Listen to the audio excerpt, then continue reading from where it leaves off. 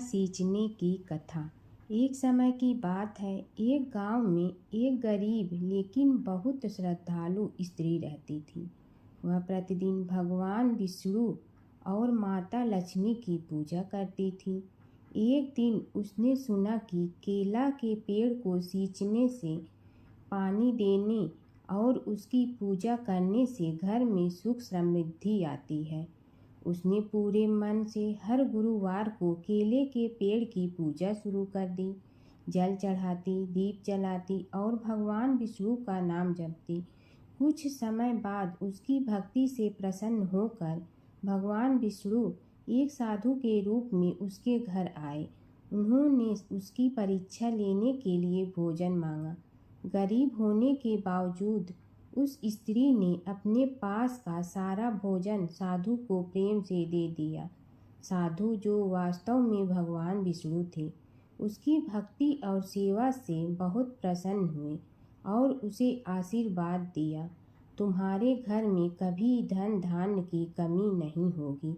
धीरे धीरे उस स्त्री का जीवन बदलने लगा। उसके घर में सुख समृद्धि आने लगी और हमेशा खुश रहने लगी। गणेश और बुढ़िया माई की कथा। एक बुढ़िया थी, वह बहुत ही गरीब और दृष्टिहीन थी। उसके एक बेटा और बहू थे। वह बुढ़िया सदैव गणेश जी की पूजा किया करती थी।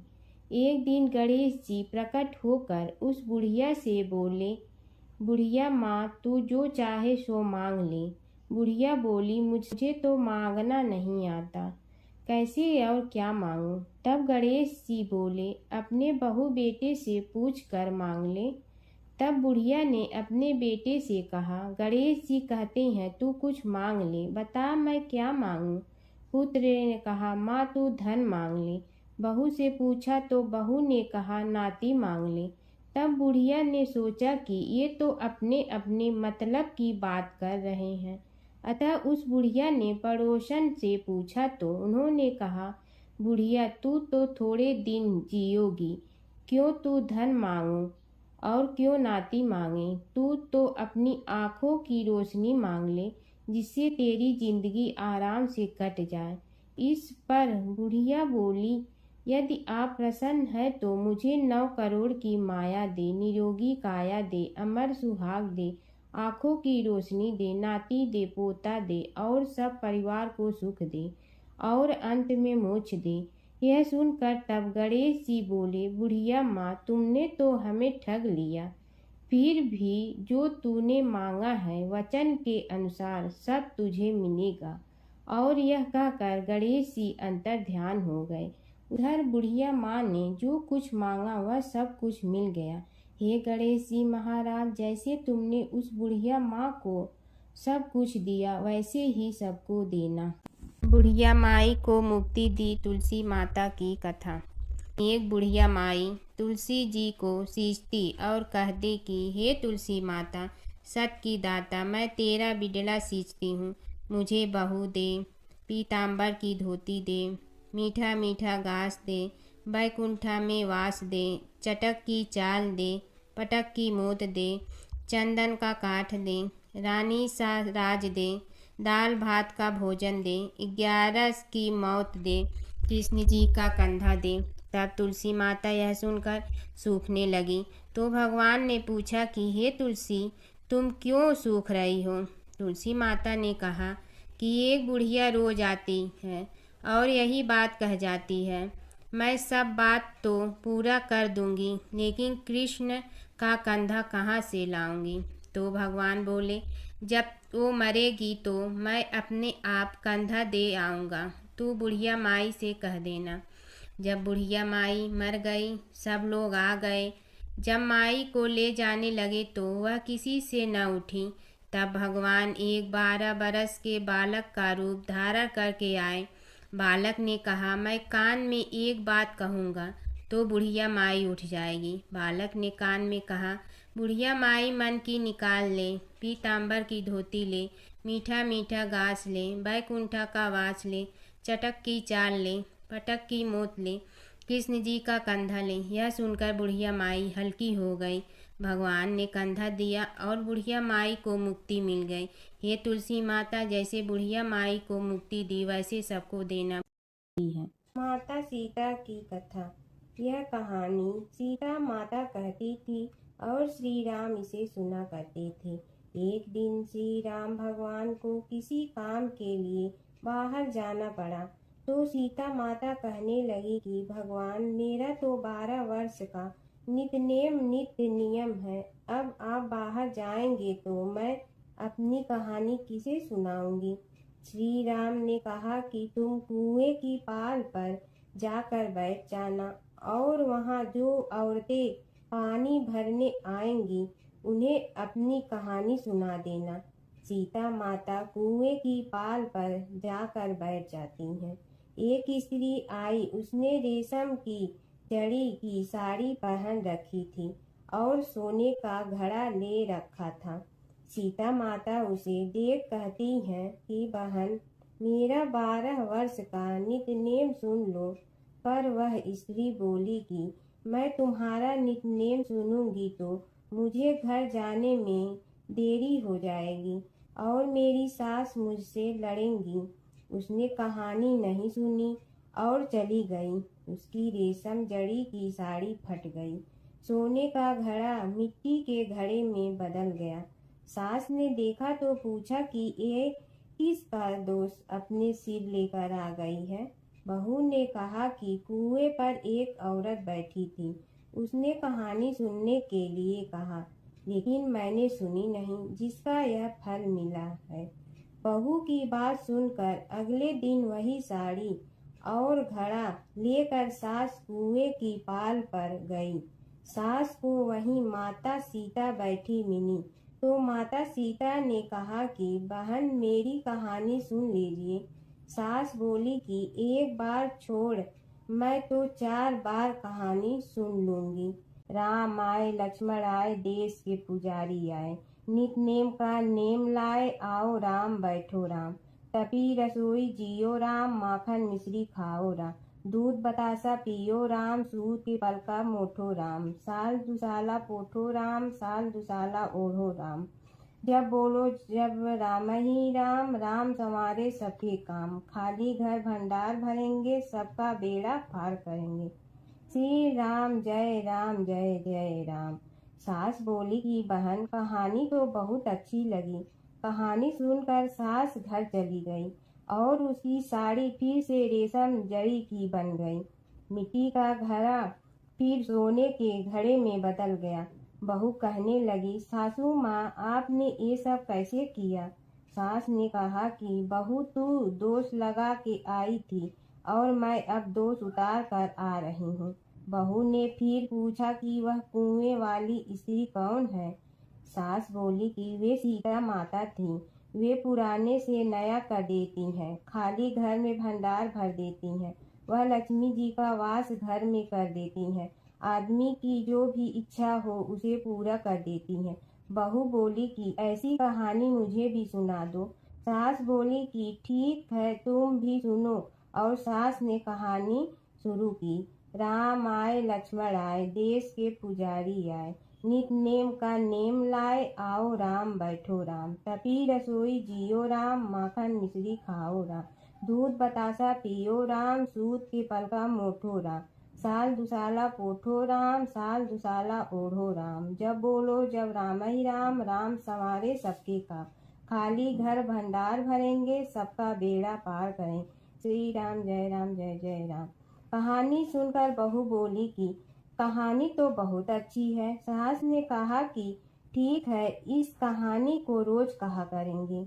अब सास बहू रोज सवेरे उठती, नहाती धोती और पूजा करने के बाद नित नेम की सीता की कहानी कहती। एक दिन उनके यहाँ एक पड़ोस की औरत आई और बोली कि बहन, जरा सी आँच दे ना। तो वह बोली कि आज तो अभी हमने जलाई ही नहीं।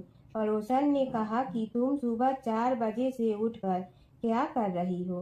फिर उन्होंने कहा कि सुबह उठकर हम पूजा करते हैं, फिर सीता माता की नित नेम की कहानी कहते हैं। पड़ोसन ने उसकी बात सुनकर फिर कहा कि सीता माता की कहानी कहने से तुम्हें क्या मिलता है? वे बोली कि इनकी कहानी कहने से घर में भंडार भर जाते हैं, सारे काम सिद्ध होते हैं, मन की इच्छा भी पूरी हो जाती है। पड़ोसन कहती है कि बहन, ऐसी कहानी तो मुझे भी सुना दो। फिर वह बोली कि ठीक है, तुम भी यह कहानी सुन लो। राम आए लक्ष्मण आए, देश के पुजारी आए, नित नेम का नेम लाए, आओ राम बैठो राम।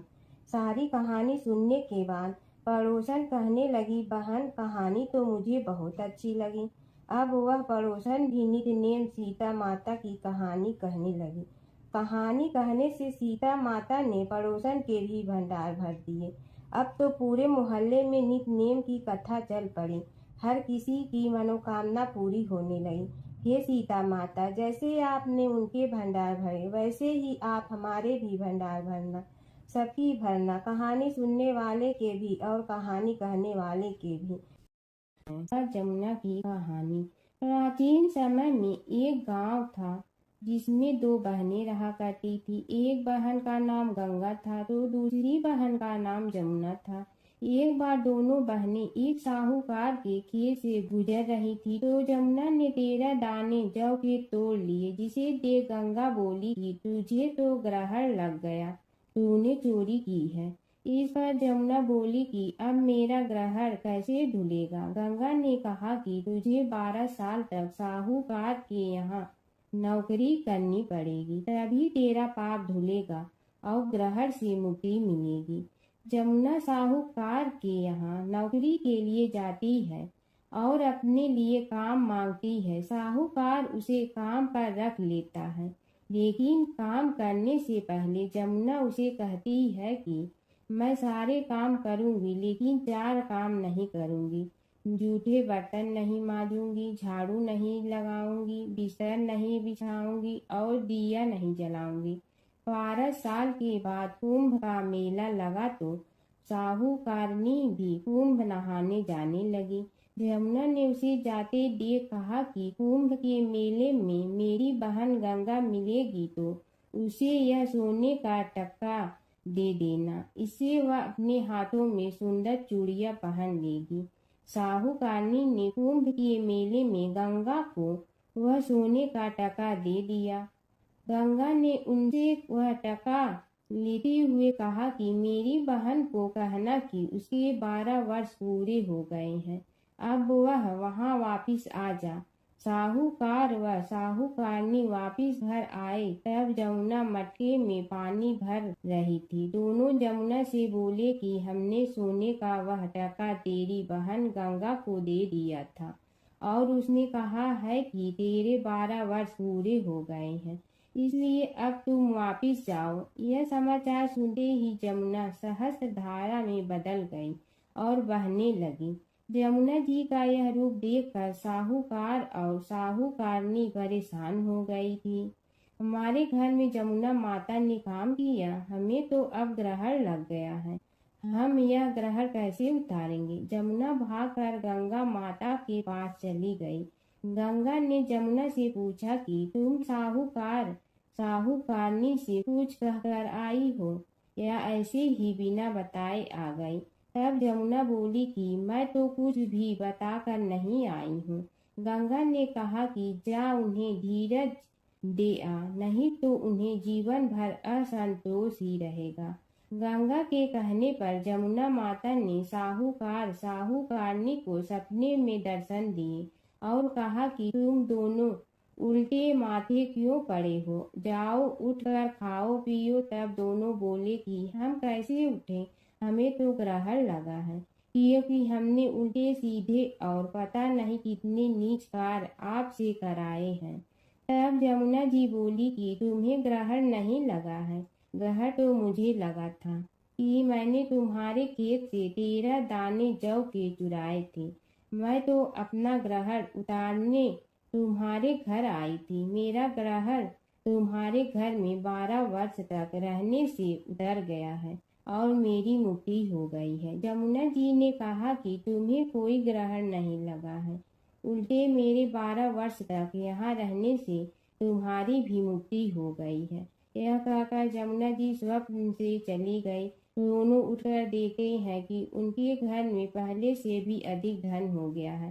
हे जमुना माता, जैसे आपने साहूकार व साहूकारनी की मुक्ति कराई, वैसे ही आप अपने सभी भक्तों की करना। नगर बसेरे की कहानी। किसी गांव में एक भाट व एक जाट रहता था। दोनों में घनिष्ठ मित्रता थी। एक बार जाट अपनी बहन के घर जाने को तैयार हुआ तो भाट अपनी ससुराल जाने को तैयार हुआ। दोनों साथ चल पड़े तो रास्ते में रुककर एक कुएं की मुंडेर पर बैठ गए। जाट ने भाट से कहा कि नगर बसेरा कर लेते हैं। इस पर भाट बोला कि तू ही नगर बसेरा कर ले, मैं तो अपनी ससुराल जा रहा हूँ, वहाँ खूब खातिर होगी मेरी, तू कर ले नगर बसेरा। जाट वहीं कुएं के पास बैठ पानी की घंटी और चावल का दाना लेकर नगर बसेरा करने लगा। नगर बसेरा करने के साथ जाट कहने लगा कि नगर बसेरा जो करे सो मल धोवे पाँव, ताता माड़ा तापसी देगी मेरी माँ, माँ देगी मावशी तेगी द्वारका का वास, मीठा मीठा घास वृंदावन का वास, पाँच कुल्ठी छठी रास मेरी जीवड़ो श्री कृष्ण के पास, डालू पानी हो जाए घी झट से निकल जाए मेरा जी, यह सब कर कर के वह जाट बहन के पास चल पड़ा। जाट की बहन ने भाई के आने पर उसकी खातिर की खी बूढ़ा के साथ भाई को जिमाया। दोनों ने बैठकर ढेर सारी बातें की। इधर भाट अपने ससुराल पहुंचा तो वहां आग लगी हुई थी। आग बुझाने वह भी लग गया, जिसमें हाथ मुंह भी काले हो गए और खुद भी थोड़ा सुलझ गया। ना रोटी ना पानी के लिए ही किसी ने पूछा। एक पड़ोसन आई तो उसने भाट की सास को कहा कि जमाई आया है, जरा उस आओ भगत कर लो। बुढ़िया बोली कि सब कुछ तो जल गया है, अब कहाँ से आओ भगत करूं। तब पड़ोसन ने ही भाट को एक रोटी के साथ छाछ दी। उसने वही खाकर गुजारा किया। शाम को दोनों फिर घर की ओर चल पड़े और रास्ते में मिल गए और एक दूसरे का हाल पूछा।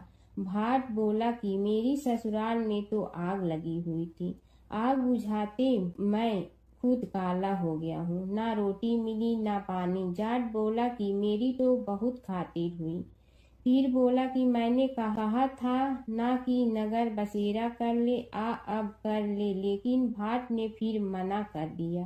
कहने लगा कि चाहे रोटी दे या न दे, तेरी तो माँ है, दही चूरमा का पेड़ा धरा पाएगा। भाट ने फिर नगर बसेरा नहीं किया। जाट ने कर लिया नगर बसेरा, जो करे सो मल धोए पाँव, ताता माड़ा तापसी देगी मेरी माँ, माँ देगी मावशी देगी द्वारका का वास, मीठा मीठा घास वृंदावन का वास, पाँच कुल्ठी छठी रास मेरा जीवड़ो श्री कृष्ण के पास, डालू पानी हो जाए घी झट से निकल जाए मेरा जी, करके वह चल पड़ा। घर पहुँचते ही जाट की मावशी ने बहुत लाड प्यार किया। उधर भाट घर गया तो उसकी भैंस खो गई थी। बाप एक लाठी रखे तो दूसरी उठाए और कहने लगा कि ससुराल गया तो आग लगा दी, अब यहाँ आया तो भैंस खो दी। बाप ने कहा कि पहले भैंस लेकर आ, तभी रोटी पानी मिलेगा। सारा दिन भाट भैंस ढूंढता रहा, लेकिन उसे भैंस नहीं मिली। जाट और भाट की मुलाकात फिर से बाजार में हो गई। जाट ने भाट के हाल चाल पूछे तो भाट बोला कि आते ही भैंस खो गई, बस उसी दिन से भैंस ढूंढ रहा हूँ। रोटियां का तो पूछो ही मत। जाट ने कहा कि मैंने तो पहले ही कहा था कि नगर बसेरा कर ले। जाट की बात सुनकर भाट बोला कि तेरे नगर बसेरे में इतनी ताकत है तो चल अब कर लेते हैं। दोनों ने बैठकर नगर बसेरा किया। नगर बसेरा जो करे सो मल धोवे पाँव, ताता माड़ा तापसी देगी मेरी माँ, माँ देगी मावशी देगी द्वारका का वास, मीठा मीठा घास वृंदावन वन का वास। 5 कुल की छठी रास, मेरा जीवड़ो श्री कृष्ण के पास। डालू पानी हो जाए घी, झट से निकल जाए मेरा जी। दोनों के नगर बसेरा करने पर भाट जैसे ही आगे बढ़ा तो उसकी खोई भैंस मिल गई, जिसे लेकर घर पहुंचा। घर पहुंचते ही माँ ने कहा कि लड़के को आते ही घर से निकाल दिया, सारे दिन से ये भूखा प्यासा भटक रहा है। यह कहकर उसकी माँ ने उसको खूब खिलाया पिलाया। इस घटना के बाद सारे नगर में ढिंढोरा पिटवा गया कि तब कोई अपने पीहर या सास से आते जाते नगर बसेरा करें। जैसे भाट को नगर बसेरा करने का फल मिला, वैसे ही हर किसी को मिले। प्राचीन काल की बात है, एक नगर में धर्मपाल नाम का एक निर्धन किंतु अत्यंत धर्मनिष्ठ व्यक्ति रहता था। वह न तो अधिक पूजा पाठ जानता था और न ही उसके पास धन था, परंतु उसके हृदय में भगवान विष्णु के प्रति अपार श्रद्धा थी। प्रतिदिन प्रातः स्नान कर भगवान विष्णु का स्मरण करता और तुलसी दल अर्पित करता। तब भी वह हरि नाम का जाप करता रहता। एक दिन किसी कारणवश वह पूजा न कर सका। मन में ग्लानि हुई और रात को उसने भगवान विष्णु से क्षमा याचना की। उसी रात उसे स्वप्न में विष्णु ने दर्शन दिए और कहा, हे भक्त, जो भी व्यक्ति श्रद्धा से मेरा स्मरण करता है, मैं उसके सभी पाप हर लेता हूँ। भक्ति में विधि नहीं, भाव प्रधान होता है। कुछ समय बाद धर्मपाल के जीवन की सभी कठिनाइयाँ दूर हो गई। उसके घर में सुख शांति और समृद्धि आ गई। अंत समय में उसे वैकुंठ लोक की प्राप्ति हुई। विष्णु भगवान की कथा। एक नगर में एक सेठ व एक सेठानी रहते थे और सेठानी रोज विष्णु भगवान की पूजा करती थी। सेठ को उसका पूजा करना बिल्कुल अच्छा नहीं लगता था। इसी वजह से एक दिन सेठ ने सेठानी को घर से निकाल दिया। घर से निकलने पर वह जंगल की ओर गई तो देखा 4 आदमी मिट्टी खोदने का काम कर रहे थे। उसने कहा कि मुझे नौकरी पर रख लो। उन्होंने उसे रख लिया, लेकिन मिट्टी खोदने से सेठानी के हाथों में छाले पड़ गए और उसके बाल भी उड़ गए। वह आदमी कहते हैं कि बहन, लगता है तुम किसी अच्छे घर की महिला हो, तुम्हें काम करने की आदत नहीं है। तुम एक काम रहने दो और हमारे घर का काम कर लिया करो। वह चारों आदमी उसे अपने साथ घर ले गए और वह 4 मुट्ठी अनाज लाते और सभी बांट कर खा लेते। एक दिन सेठानी ने कहा कि कल से 8 मुट्ठी अनाज लाना। अगले दिन वह 8 मुट्ठी अनाज लाए और सेठानी पड़ोसन से आग मांग लाई। उसने भोजन बनाया, विष्णु भगवान को भोग लगाया, फिर सभी को खाने को दिया। सारे भाई बोले कि बहन, आज तो भोजन बहुत स्वादिष्ट बना है। सेठानी ने कहा कि भगवान का जूठा है तो स्वाद तो होगा ही। सेठानी के जाने के बाद सेठ भूखा रहने लगा और आस पड़ोस के सारे लोग कहने लगे कि ये तो सेठानी के भाग्य से खाता था। एक दिन सेठ अपनी सेठानी को ढूंढने चल पड़ा। उसने ढूंढते हुए वह भी उस जंगल में पहुंच गया जहां वह चारों आदमी मिट्टी खोद रहे थे। सेठ ने उन्हें देखा तो कहा कि भाई, मुझे भी काम पर रख लो।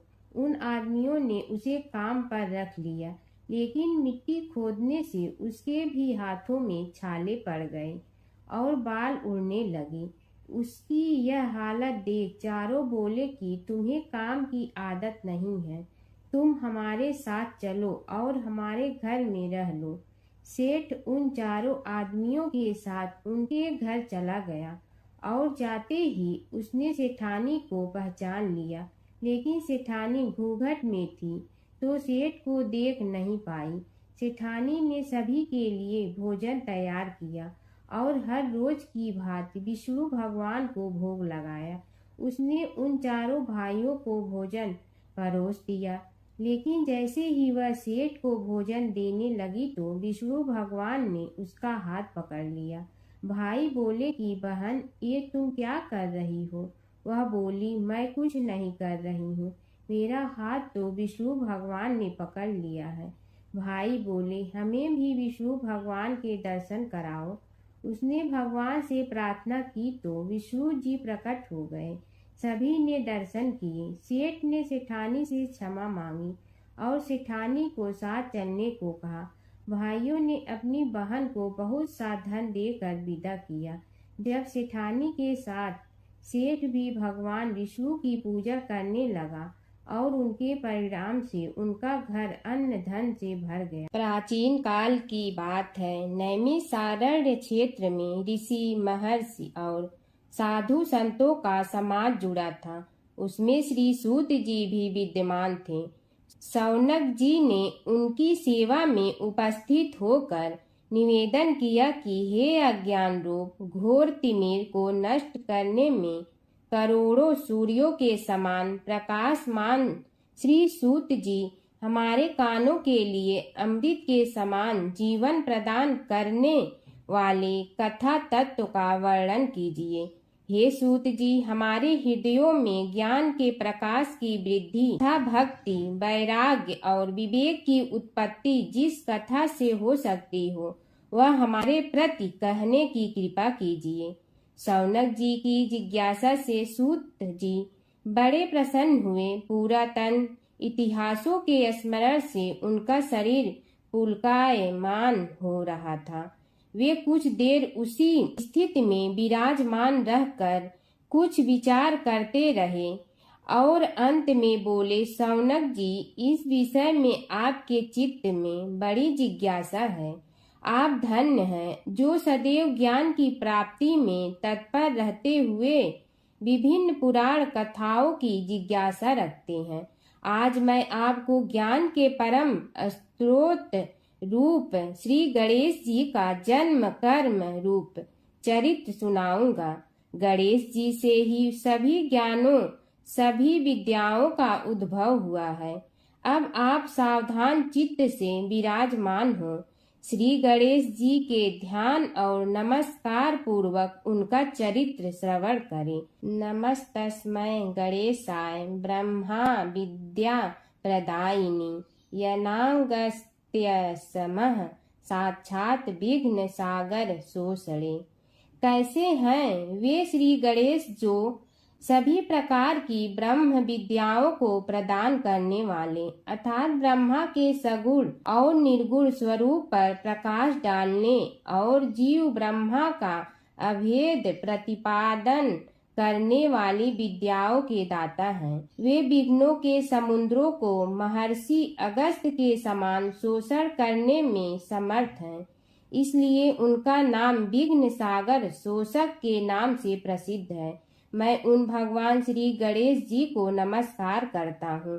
प्रथम पूजा के अधिकारी श्री गणेश जी, यह कहकर सूत जी कुछ समय के लिए मौन हो गए और फिर बोले, शौनक जी, भगवान गणेश जी ही सर्वप्रथम पूजा प्राप्ति के अधिकारी हैं। किसी भी देवता की पूजा करो, पहले उनकी पूजा करो।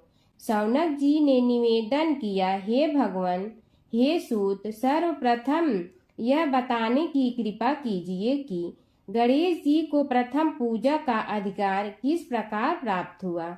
इस विषय में मेरी बुद्धि मोह को प्राप्त हो रही है कि सृष्टि रचयिता ब्रह्मा जी, पालन करता भगवान नारायण और संहार करता शिव जी में से किसी को प्रथम पूजा का अधिकारी क्यों नहीं माना गया। यह त्रिदेव ही तो सबसे बड़ा देवता माने जाते हैं। सूत जी ने कहा, शौनक जी, यह भी एक रहस्य ही है। देखो, अधिकार मांगने से नहीं मिलता, इसके लिए योग्यता होनी चाहिए। संसार में अनेकों देवी देवताएं पूजे जाते हैं। पहले जो जिसका इष्ट देव होता है वह उसी की पूजा किया करता है। इससे बड़े देवताओं के महत्व में कमी आने की आशंका उत्पन्न हो गई। इस कारण देवताओं में परस्पर विवाद होने लगा। वे उसका निर्णय प्राप्त करने के लिए शिव जी के पास पहुँचे और प्रणाम करके पूछने लगे, प्रभु, हम सब में प्रथम पूजा का अधिकारी कौन है? शिव जी सोचने लगे कि किसे प्रथम पूजा का अधिकारी माने। तभी उन्हें एक युक्ति सूझी। बोले, देवगण, इसका निपटारा बातों से नहीं तथ्यों से होगा। इसके लिए एक प्रतियोगिता रखनी होगी। शिव की परिक्रमा करने की प्रतियोगिता। देवगण उनका मुख देखने लगे, शंकित हृदय से सोचने लगे कि कैसी प्रतियोगिता रहेगी। यह शिव जी ने उनके मन के भाव ताड़ लिए, इसलिए सांत्वना भरे शब्दों में बोले, घबराओ मत, कोई कठिन परीक्षा नहीं ली जाएगी। बस इतना ही कि सभी अपने अपने वाहनों पर चढ़कर संसार की परिक्रमा करो और फिर यहाँ लौट आओ। जो पहले लौटेगा वही सर्वप्रथम पूजा का अधिकारी होगा।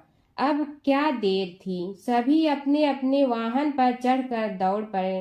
किसी का वाहन गजराज था तो किसी का सिंह, किसी का भैंसा तो किसी का मृग, किसी का हंस तो किसी का उल्लू, किसी का अश्व तो किसी का श्वान। अभिप्राय यह है कि वाहनों को विविधता के दर्शन उस समय जितने भले प्रकार से हो सकते थे उतने अन्य समय में नहीं। सबसे गया बीता वाहन गणेश जी का था मूषक, उससे चूहा भी कहते हैं। ऐसे वाहन के बल भरोसे इस प्रतियोगिता में सफल होना तो क्या, सम्मिलित होना भी हास्यास्पद है।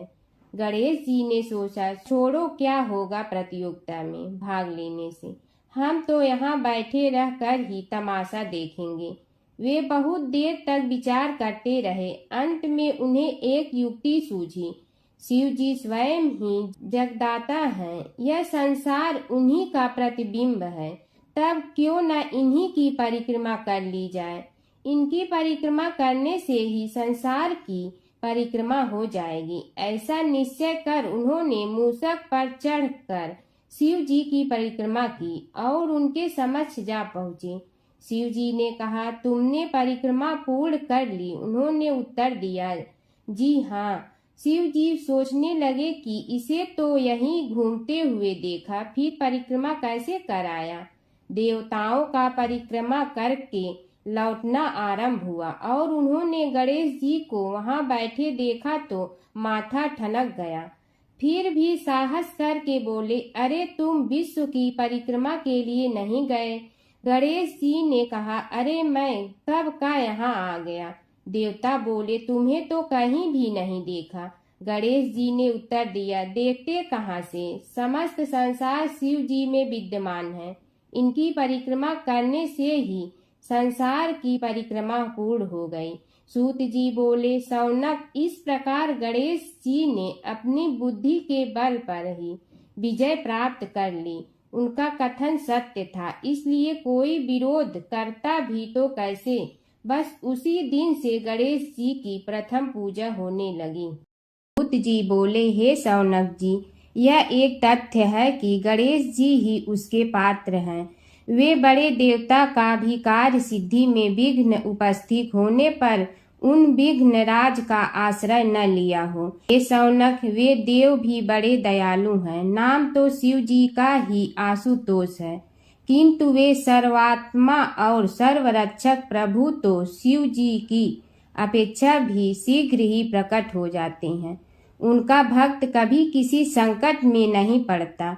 यदि प्रारब्ध वशात कभी किसी विपत्ति में पड़ भी जाता है तो गणेश्वर की उपासना करने पर उनके अनुग्रह से उनके समस्त दुख दूर होकर परम सुख की प्राप्ति होती है।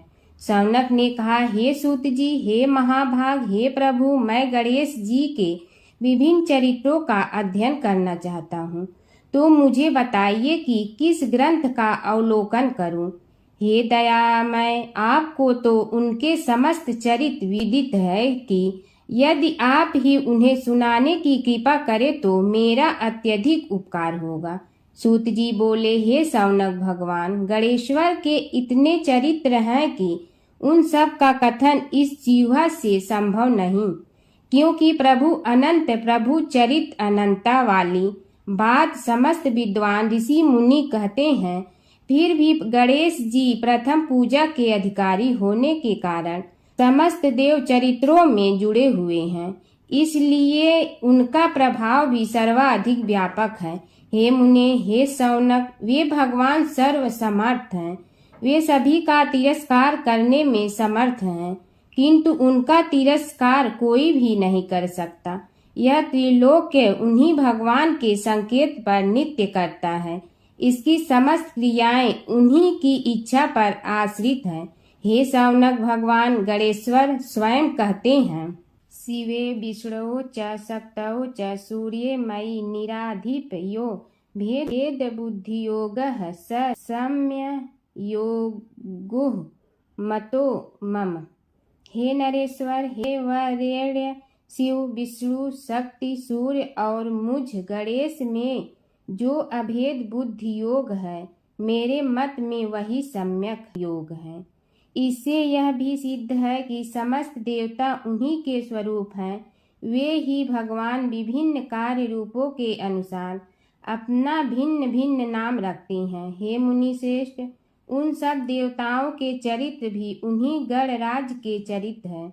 यद्यपि सब चरित्र एक ही ग्रंथ में मिलने में संभव नहीं है, फिर भी गणेश्वर के अनेकों प्रमुख चरित्रों का वर्णन गणेश पुराण में हुआ है। राजा सोमकांत का वृतांत कथन। शौनक जी ने पूछा, हे प्रभु, गणेश पुराण का आरंभ किस प्रकार हुआ, यह मुझे बताने की कृपा करें। इस पर सूत जी ने कहने लगे, हे शौनक, यद्यपि गणेश पुराण है तो बहुत प्राचीन, क्योंकि भगवान गणेश्वर तो आदि हैं। न जाने कब से गणेश जी अपने उपासकों पर कृपा करते चले आ रहे हैं। उनके अनंत चरित्र हैं, जिनका संग्रह एक महापुराण का रूप ले सकता है।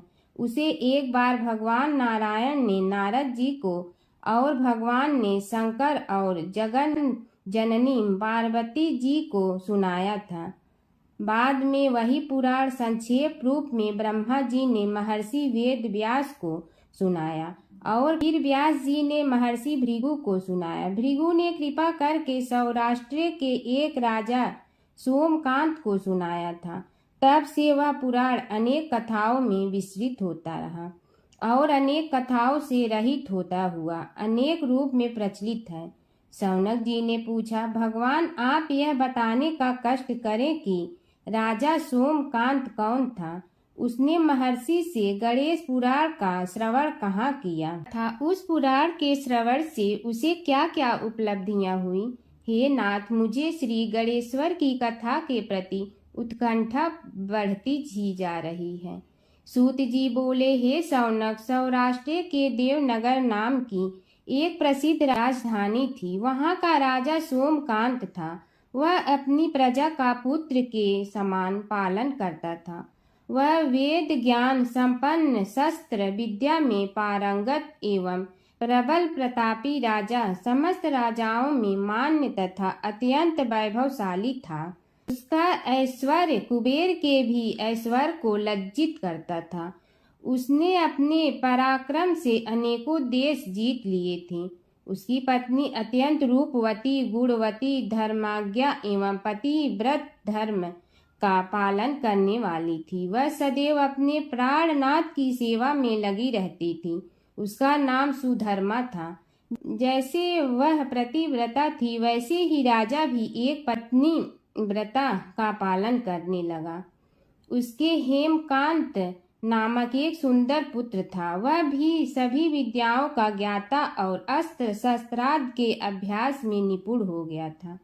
यह सभी श्रेष्ठ लक्षणों से संपन्न, सद्गुणी एवं प्रजा जनों के हितों का अत्यंत पोषक था। इस प्रकार राजा सोमकांत स्त्री, पुत्र, पशुवाहन, राज्य एवं प्रतिष्ठा आदि से सब प्रकार सुखी था। उसे दुख तो था ही नहीं। सभी राजागण उसका हार्दिक सम्मान करते थे तथा उसकी श्रेष्ठ कीर्ति भी संसार व्यापी थी। परंतु युवा अवस्था के अंत में सोमकांत को घृणित कोष्ठ रोग हो गया। उसके अनेक उपचार किए गए, किंतु कोई लाभ नहीं हुआ। रोग शीघ्रता से बढ़ने लगा और उसके कीड़े पड़ गए। जब रोग की अधिक वृद्धि होने लगी और उसका कोई उपाय न हो सका तो राजा ने मंत्रियों को बुलाकर कहा, सुब्रतो, जाने किस कारण यह रोग मुझे पीड़ित कर रहा है। अवश्य ही यह किसी पूर्व जन्म के पाप का फल होगा। इसलिए मैं अब अपना समस्त राजपाट छोड़कर वन में रहूंगा। मेरे पुत्र हेमकांत को मेरे समान मानकर राज्य शासन का धर्म पूर्वक संचालन कराते रहें। यह कहकर राजा ने शुभ दिन दिखवाकर अपने पुत्र हेमकांत को राज्य पद पर अभिषेक किया और अपनी पत्नी सुधर्मा के साथ निर्जन वन की ओर चल दिया। प्रजापालक राजा के वियोग में समस्त प्रजा जन अश्रु बहाते हुए उनके साथ चले गए। राज्य की सीमा पर पहुंचकर राजा ने अपने पुत्र अमात्यगण और प्रजाजनों को समझाया, आप सब लोग धर्म के जानने वाले श्रेष्ठ आचरण में तत्पर एवं सहृदय हैं। यह संसार तो वैसे भी परिवर्तनशील है। जो आज है वह कल नहीं था और आने वाले कल में भी नहीं रहेगा। इसलिए मेरे जाने से दुख का कोई कारण नहीं है। मेरे स्थान पर मेरा पुत्र सभी कार्यों को करेगा। इसलिए आप सब उसके अनुशासन में रहते हुए उसे सदैव सम्मान करते रहें। फिर पुत्र से कहा, बेटा, यह स्थिति सभी के समझ आती रही है। हमारे पूर्व पुरुष भी परंपरागत रूप से वृद्धावस्था आने पर वन में जाते रहे हैं। मैं कुछ समय पहले ही वन में जा रहा हूँ, तो कुछ पहले या पीछे जाने में कोई अंतर नहीं पड़ता। यदि कुछ वर्ष बाद जाऊं तब भी मोह का त्याग करना ही होगा। इसलिए हे वत्स, तुम दुखित मत हो और मेरी आज्ञा मानकर राज्य शासन को ठीक प्रकार चलाओ। ध्यान रखना, क्षत्रिय धर्म का कभी त्याग न करना और प्रजा को सदा सुखी रखना। इस प्रकार राजा सोमकांत ने सभी को समझा बुझाकर वहां से वापस लौट आया और स्वयं अपनी पतिव्रता भार्या के साथ वन में प्रवेश किया। पुत्र हेमकांत के आग्रह से उसने सुबल और ज्ञान गम्य नामक 2 आत्माओं को भी साथ ले लिया। उन सब ने एक समतल एवं सुंदर स्थान देखकर वहां विश्राम किया। तभी उन्हें एक मुनि कुमार दिखाई दिया। राजा ने उससे पूछा, तुम कौन हो, कहाँ रहते हो? यदि उचित समझो तो मुझे बताओ। मुनि बालक ने कोमल बाड़ी में कहा, मैं महर्षि भृगु का पुत्र हूँ। मेरा नाम च्यवन है। हमारा आश्रम निकट में ही है। अब आप भी अपना परिचय दीजिए। राजा ने कहा, मुनि कुमार, आपका परिचय पाकर मुझे बड़ी प्रसन्नता हुई। मैं सौराष्ट्र के देवनगर नामक राज्य का अधिपति रहा हूँ। अब अपने पुत्र को राज्य देकर मैंने अरण्य की शरण ली है। मुझे कुष्ठ रोग अत्यंत पीड़ित किए हुए हैं। उसकी निवृत्ति का कोई उपाय करने वाला हो तो कृपा कर मुझे बताइए। मुनि कुमार ने कहा, मैं अपने पिताजी से अपना वृतांत कहता हूँ, फिर वे जैसा कहेंगे आपको बताऊंगा। यह कहकर मुनि बालक चला गया और कुछ देर में ही आकर बोला, राजन, मैंने आपका वृतांत अपने पिताजी को बताया। उनकी आज्ञा हुई है कि आप सब मेरे साथ आश्रम में चलकर उनसे भेंट करें, तभी आपके रोग के विषय में भी विचार किया जाएगा। राजा सोमकांत के पूर्व जन्म का वृत्तांत भृगु द्वारा वर्णन। राजा अपनी पत्नी और अमात्यों के सहित च्यवन के साथ साथ भृगु आश्रम में जा पहुंचा और उन्हें प्रणाम कर बोला, हे भगवान, हे महर्षि, मैं आपकी शरण हूँ। आप मुझ कुष्ठी पर कृपा कीजिए। महर्षि बोले, राजन, यह तुम्हारे किसी पूर्व जन्म कृत पाप का ही उदय हो गया है। इसका उपाय मैं विचार करके बताऊंगा। आज तो तुम सब स्नान आज से निवृत्त होकर रात्रि विश्राम करो। महर्षि की आज्ञा अनुसार सबने स्नान भोजन आदि के उपरांत रात्रि व्यतीत की और प्रातः काल स्नान आदि नित्य कर्मों से निवृत्त होकर महर्षि की सेवा में उपस्थित हुए। महर्षि ने कहा, राजन, मैंने तुम्हारे पूर्व जन्म का वृतांत जान लिया हूँ और यह भी विदित कर लिया है कि किस पाप के फल से तुम्हें इस रोग की प्राप्ति हुई है। यदि तुम चाहो तो उसे सुना दूं। राजा ने हाथ जोड़कर निवेदन किया, बड़ी कृपा होगी मुनिनाथ, मैं उसे सुनने के लिए उत्कंठित हूँ। महर्षि ने कहा, तुम पूर्व जन्म में एक धनवान वैश्य के लाडले पुत्र थे। वह वैश्य विंध्याचल के निकट कौलहार नामक ग्राम में निवास करता था। उसकी पत्नी का नाम सुलोचना था। तुम उसी वैश्य दंपत के पुत्र हुए। तुम्हारा नाम कामद था। तुम्हारा लालन पालन बड़े लाड चाव से हुआ।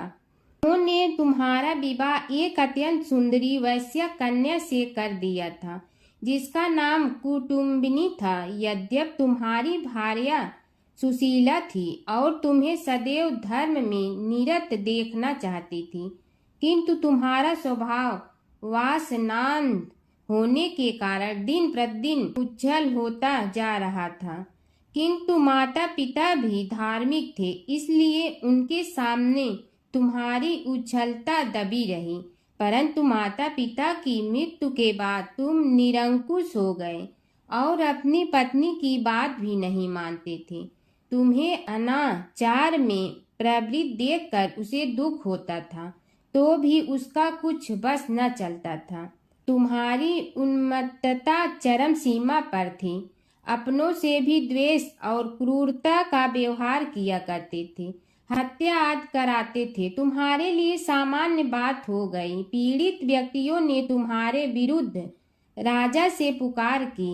अभियोग चला और तुम्हें राज्य की सीमा से भी बाहर चले जाने का आदेश हुआ।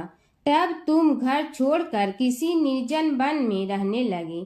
उस समय तुम्हारा कार्य लोगों को लूटना और हत्या करना ही रह गया। एक दिन माध्याह्न काल था। गुणवर्धक नामक एक विद्वान ब्राह्मण उधर से निकला। बेचारा अपनी पत्नी को लिवाने के लिए ससुराल जा रहा था। तुमने उस ब्राह्मण युवक को पकड़कर लूट लिया।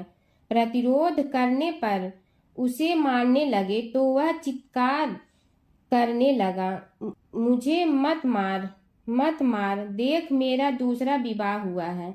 मैं पत्नी को लेने के लिए जा रहा हूँ। किंतु तुम तो क्रोधवश में ऐसे लीन हो रहे थे कि तुमने उसकी बात सुनकर भी नहीं सुनी।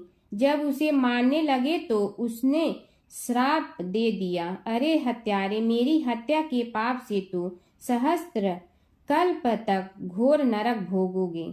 तुमने उसकी कोई चिंता न की और सिर काट लिया। राजन, तुमने ऐसी ऐसी एक नहीं बल्कि अनेक निरीह हत्याएं की थी, जिनकी गणना करना भी पाप है। इस प्रकार इस जन्म में तुमने घोर पाप कर्म किए थे, किंतु बुढ़ापा आने पर जब अशक्त हो गए तब तुम्हारे साथ जो क्रूर कर्मा थे वे भी किनारा कर गए। उन्होंने सोच लिया कि अब तो इसे खिलाना भी पड़ेगा, इसलिए मरने दो यहीं।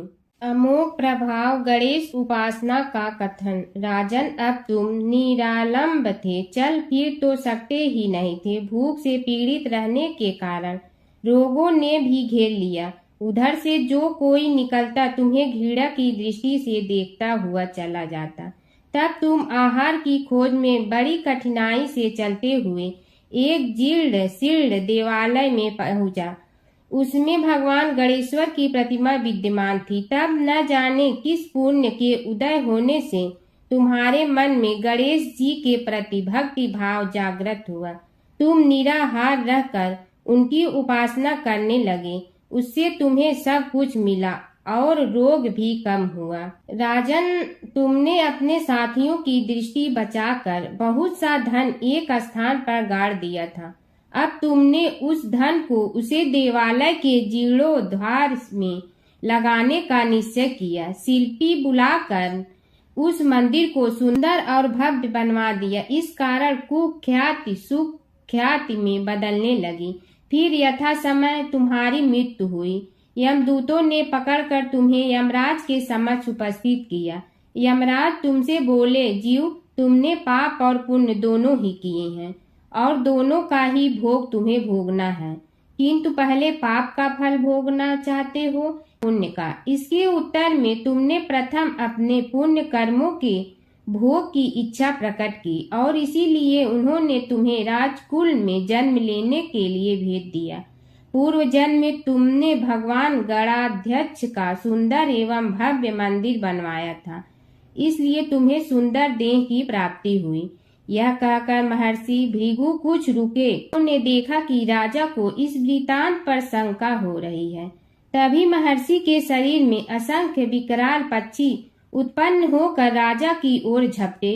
उनकी चोंच बड़ी तीक्ष्ण थी, जिनसे वे राजा के शरीर को नोच नोच कर खाने लगे। उसके कारण उत्पन्न असहनीय पीड़ा से व्याकुल हुए राजा ने महर्षि के समक्ष हाथ जोड़कर निवेदन किया, प्रभु आपका आश्रम तो समस्त द्वेष आदि से परे है और यहाँ मैं आपकी शरण में बैठा हूँ, तब यह पक्षी मुझे आकर ही क्यों पीड़ित कर रहे हैं। हे मुनिनाथ, इनसे मेरी रक्षा कीजिए।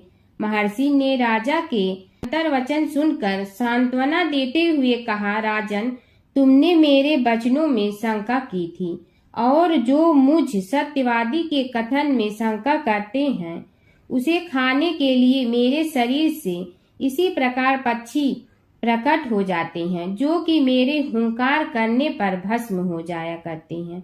यह कर महर्षि ने हुंकार की और तभी वे समस्त पक्षी भस्म हो गए। राजा श्रद्धावनत होकर उनके समक्ष अश्रुपात करता हुआ बोला, प्रभु अब आप पाप से मुक्त होने का उपाय कीजिए। महर्षि ने कुछ विचार कर कहा, राजन, तुम पर भगवान गणेश्वर की कृपा सहज रूप से है और वे ही प्रभु तुम्हारे पापों को भी दूर करने में समर्थ हैं, इसलिए तुम उनके पाप नाशक चरित्रों का श्रवण करो।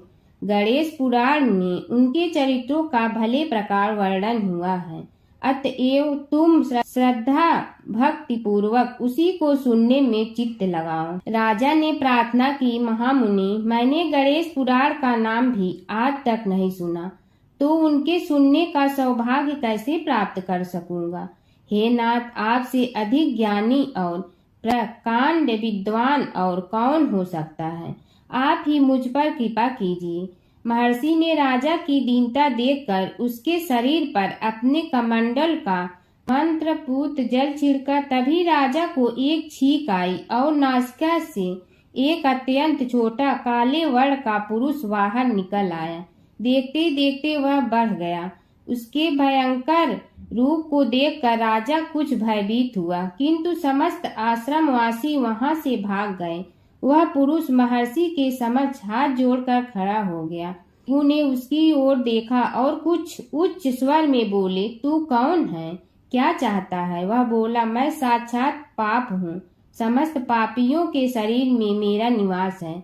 आपके मंत्रपूत जल के स्पर्श से मुझे विवश होकर राजा के शरीर से बाहर निकलना पड़ा है। अब मुझे बड़ी भूख लगी है, बताइए क्या खाऊं और कहाँ रहूं। महर्षि बोले, तू उस आम के अवकाश स्थान में निवास कर और उसी वृक्ष के पत्ते खाकर जीवन निर्वाह कर। यह सुनते ही वह पुरुष आम के वृक्ष के पास पहुंचा, किंतु उसके स्पर्श मात्र से वह वृक्ष जलकर भस्म हो गया। फिर जब पाप पुरुष को रहने के लिए कोई स्थान दिखाई न दिया तो वह भी अंतर्हित हो गया। धर्मराज जी की कथा। दो सेठानियां थी। एक के घर में धन बहुत था पर वह कंजूस थी। दूसरी के पास धन थोड़ा कम था पर मन से वह बहुत अमीर थी। रोज सवेरे उठती, गंगा स्नान करती, तुलसी माता, बड़ पीपल सींचने, भगवान के मंदिर जाके पूजा करती। धर्मराज सूरज भगवान की कहानी सुनती, भगवान के भोग लगाकर अतिथि को जिमाती, गाय कुत्ता के लिए ग्रास निकालती। दूसरी सेठानी इस धर्मात्मा को देखकर हंसती और कहती, पता नहीं दिन भर क्या करती रहती है। थोड़े समय बाद दोनों सेठानियों को भगवान का बुलावा आया। धर्मात्मा सेठानी के तो यमराज जी ने विमान भेजा और दूसरी को दूत मारते ही ले गया। रास्ते में सेठानी बोली, मेरे को भूख लगी है, तो दूत बोले किसी को कुछ दिया होगा तो मिलेगा। फिर बोली प्यास लगी है। दूत बोले किसी को पानी पिलाया तो मिलेगा।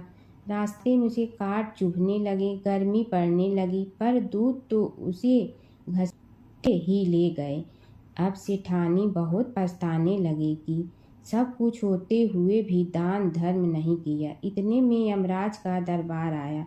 धर्मात्मा बुढ़िया को भगवान के पास सिंहासन मिला और वह उस पर बैठी थी। उधर दूसरी सेठानी को तपते कुंड में डाल दिया। अब सेठानी यमराज से बोली मुझे 1.25 पहर का जीवन दान दे दो, मैं वापस आकर दंड भोग लूंगी। यमराज बोले ठीक है। सेठानी के शरीर में वापस प्राण डाल दिए। संसार में आते ही पंडितों को बुलाकर सेठानी ने धर्मराज की कथा सुनी, सब तरह से धर्म किया। इतने में समय पूरा हो गया। अब की बार विमान आया। 1.25 पहर के दान धर्म से सेठानी को स्वर्ग मिला। धर्मराज जी की परम भक्त पोपा बाई की कथा। एक गांव में एक पोपा बाई रहती थी। जब वह 5 साल की थी तभी से वह नियम से धर्मराज जी व्रत की कथा सुनती थी और व्रत करती थी। एक दिन उसने अपने भाई व भाभी से कहा कि मैं शादी नहीं करूंगी, अब मैं अपना समय भगवान की पूजा अर्चना में ही बिताना चाहती हूँ। इसलिए मेरी झोपड़ी गांव के बाहर बनवा दो और गांव में सबको कह दो कि वह अपनी गाय व बछड़ों को मेरे यहाँ ही घास भूस चरने को भेज दो और जिसकी भी इच्छा हो, श्रद्धा हो, मुझे खाना भिजवा दो। एक दिन नगर का राजा शिकार खेलने जंगल में आया और गांव के बाहर जंगल के पास बनी झोपड़ी देखकर रुक गया। झोपड़ी के पास जाकर उसने आवाज लगाई कि कौन है, लेकिन भीतर से कोई आवाज न आने पर वह लगातार दरवाजा खटखटाता रहा। तब पोपा बाई उठी और कहने लगी कि कौन हो तुम जो बार बार दरवाजा बजा रहे हो, क्यों आवाज लगा रहे हो? राजा ने कहा कि मैं यहाँ का राजा हूँ और तुम्हारे साथ विवाह करूँगा। पोपा बाई ने कहा कि जहाँ से आए हो वहीं चले जाओ, मैं किसी पराये आदमी का मुँह नहीं देखती हूँ। राजा ने पोपा बाई की एक नहीं सुनी और जबरदस्ती उठा ले गया। तब पोपा बाई ने राजा को श्राप दिया कि तुम्हारा सारा राजपाट नष्ट हो जाएगा। महल में आने पर राजा की रानियों ने सारी बात सुनकर राजा से अनुरोध किया कि पोपा बाई को वहीं वापस छोड़ आओ। राजा जब पोपा बाई को वापस झोपड़ी में छोड़ने जाने लगा तो रास्ते में पाप की नदी आई जिसमें राजा डूब गया। कुछ समय बाद पोपा बाई मृत्यु के बाद धर्मराज जी के यहाँ पहुँची और धर्मराज जी ने उन्हें स्वर्ग का राज दे दिया। एक बार एक सेठ व सेठानी मृत्यु लोक से स्वर्ग लोक आए तो उसके द्वार बंद देखकर वह धर्मराज जी से द्वार खोलने का आग्रह करते हैं। धर्मराज जी कहते हैं इस द्वार पर पोपा बाई का राज है। इस पर सेठ सेठानी कहते हैं कि हम पोपा बाई को नहीं जानते हैं। धर्मराज जी उन दोनों की बात सुनकर कहते हैं कि तुम दोनों 7 दिन तक मृत्युलोक में रहो। 8 खोपड़ा से राई भरकर 5 कपड़े ऊपर रखकर कहानी सुनकर उद्यापन करना और कहना कि राज है, पोपा बाई लेखा लेगी राई राई का। सारे बोलो पोपा बाई की जय। एक बार एक नगर में एक मालिन रहती थी। उसके पति चल बसे थे। उसका एक 4 साल का पुत्र था। उसकी सास कठोर हृदय की स्त्री थी। वह बहू को बहुत तकलीफ देती थी। एक दिन सास ने बहू और पोते को घर से निकाल दिया। वे दोनों रोते हुए चलते चलते एक जंगल में जा पहुँचे। वहाँ एक बड़े पेड़ के नीचे बैठ गए। वहाँ से थोड़ी दूर पर एक गणेश जी का मंदिर था। वहाँ बहुत लोग गणेश जी के दर्शन करने आते थे। दर्शन करके गणेश जी को प्रसाद चढ़ाते थे। फिर वह प्रसाद सबको बांट देते थे। इस प्रसाद से माँ बेटे का गुजारा होने लगा। दोनों गणेश जी की पूजा पाठ में लग गए। एक दिन उन्होंने सोचा क्यों न हम भी जंगल से फूल ला कर बेचें। वे रोज जंगल से फूल लाकर उसकी माला बनाकर बेचने लगे। साथ में पूजा की सामग्री और प्रसाद भी बेचने लगे। इससे उनको आमदनी होने लगी। गणेश जी की कृपा से आमदनी बढ़ने लगी। जल्दी ही उन्होंने एक मकान और एक दुकान बना लिया। एक राजा की लड़की मंदिर में रोज पूजा करने आती थी। मालिन के बेटे को देखकर राजकुमारी उस पर मोहित हो गई और उससे विवाह करने की सोचने लगी। उसने अपनी भाभी से अपने मन की बात कही। भाभी अनुभवी थी। उसने कहा, ये तो मालिन का बेटा है और तुम एक राजा की बेटी हो। यदि तुमने उससे विवाह किया तो तुम्हारी बहुत बेइज्जती होगी। पर राजकुमारी अपनी बात पर अड़ी रही। उसने कहा, मैंने तो प्रतिज्ञा कर ली है कि उसी से विवाह करूंगी। भाभी ने घर जाकर सारी बात राजा को बता दी। राजा ने मना नहीं किया और विवाह के लिए तैयार हो गए। उन्होंने बड़े धूमधाम से बेटी का विवाह मालिन के बेटे के साथ कर दिया। मालिन ने सबसे पहले बेटे बहू को गणेश जी के मंदिर में ले जाकर पूजा पाठ करवाया और गणेश जी का आशीर्वाद दिलवाया। इसके बाद पूरे नगर में यह बात फैल गई कि गणेश जी की पूजा करने से सब दुख कष्ट दूर हो जाते हैं। इस बात पर सुनते ही नगर के सभी लोग मंदिर आने लगे। मालिन और उसके बेटे की बिक्री और बढ़ गई। उधर उसकी सास के बुरे दिन आ गए। अन्नदाता उससे रूठ गए और वह भूखों मरने लगी। एक दिन वह रोती धोती उसी गणेश जी के मंदिर में आ पहुंची। वहां वह मालिन के बेटे से बोली, मैं भूखी हूँ, मुझे रोटी कपड़ा दे दो, इसके बदले में तुम्हारा सारा काम कर दूंगी। लड़के को दया आ गई और उसे काम पर रख लिया। उसने अपनी दादी को नहीं पहचाना। जब मालिन घर आई तो उसने सास को पहचान लिया। वह सास से बोली, सासू जी आप यहाँ कैसे? सास ने पोते की तरफ इशारा करके कहा, मेरी इस सेठ के यहाँ नौकरी लग गई है।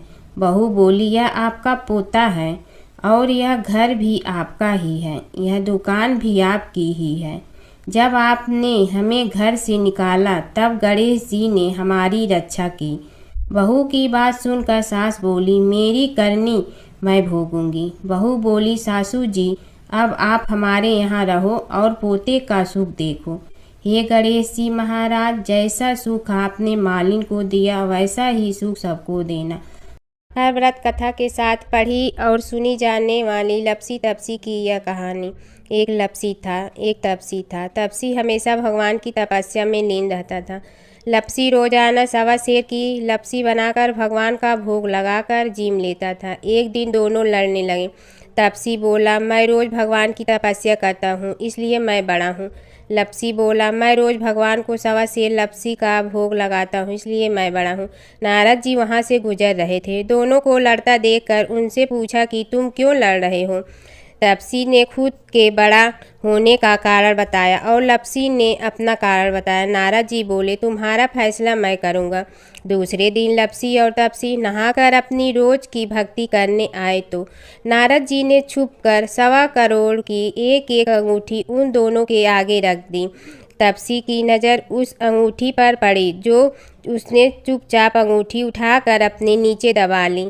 तब लपसी की नज़र अंगूठी पर पड़ी लेकिन उसने ध्यान नहीं दिया। भगवान को भोग लगाकर लपसी खाना खाने लगा।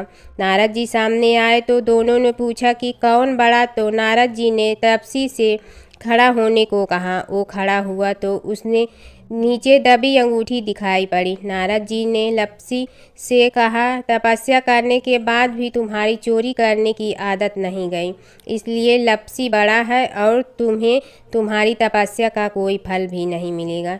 तपसी शर्मिंदा होकर माफ़ी मांगने लगा। उसने नारद जी से पूछा, मुझे मेरी तपस्या का फल कैसे मिलेगा? नारद जी ने कहा, यदि कोई गाय और कुत्ते की रोटी नहीं बनाएगा तो फल तुम्हें मिलेगा। यदि कोई ब्राह्मण को भोजन करवा कर दक्षिणा नहीं देगा तो फल तुम्हें मिलेगा। यदि कोई साड़ी के साथ ब्लाउज नहीं देगा तो फल तुझे मिलेगा। यदि कोई दिए से दिया जलाएगा तो फल तुम्हें मिलेगा। यदि कोई सारी कहानी सुने लेकिन तुम्हारी कहानी नहीं सुने तो फल तुझे मिलेगा। उसी दिन से हर व्रत कथा कहानी के साथ लपसी तपसी की कहानी भी सुनी और कही जाती है। ओम जय जगदीश हरे स्वामी जय जगदीश हरे। भक्त जनों के संकट क्षण में दूर करे। ओम जय जगदीश हरे। जो ध्यावे फल पावे दुख बिन दे मन का। सुख संपत्ति घर आवे कष्ट मिटे तन का। ओम जय जगदीश हरे। मात पिता तुम मेरे शरण कहूँ किसकी। तुम विनय और न दूजा आस करूँ जिसकी। ओम जय जगदीश हरे। तुम पूर्ण परमात्मा तुम अंतर्यामी। पार ब्रह्म परमेश्वर तुम सबके स्वामी। ओम जय जगदीश हरे। तुम बिंदा के सागर तुम पालन करता। मैं मूर्ख कल काम कृपा करो भरता। ओम जय जगदीश हरे। तुम हो ये कया गोचर सबके प्राणपति।